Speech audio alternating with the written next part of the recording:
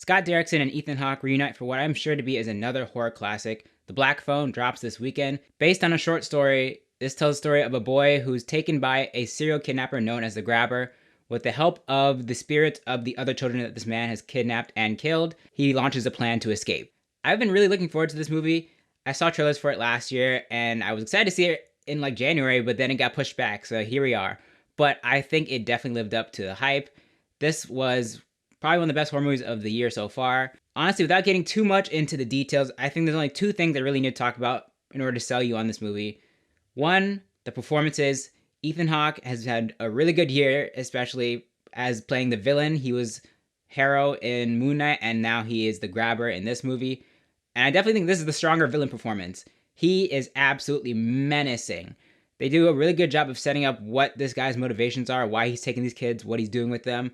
That's really cool. But then just his vibe, the masks that he wears are so creepy. The way he carries himself, he feels very big and menacing, especially to a child. I think they did that really well. And the kids in this movie absolutely blew me away. Their performances were out of this world.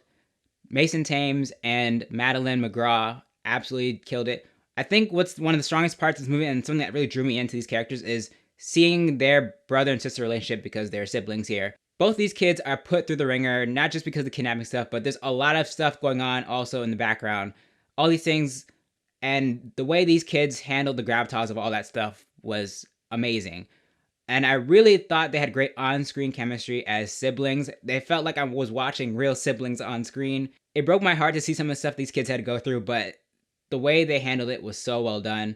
And between the two of them, I do feel like Madeleine McGraw low-key stole the show because her performance was so good. She was both in some of the funniest parts of the movie, and also some of the most tragic parts of the movie. And she handled both of those really well. Now, the next thing that I think will really sell you on this movie is the storytelling. They did so many cool creative tricks, and the way the story all comes together is super satisfying. Throughout the movie, you're seeing Finney get these phone calls from these spirits, and what's really cool is when he's talking to them on the phone, sometimes they'll appear behind him, like the ghost of them. And as they're talking, their voice sounds like it's coming through the phone, and they sync it up with their lips. It looks so cool. There's also a lot of cool visual cues they do. There's visions, there's sort of flashbacks happening, and the way they switch between those is really cool. This movie takes place in the 70s, so you get some of that aesthetic in there too.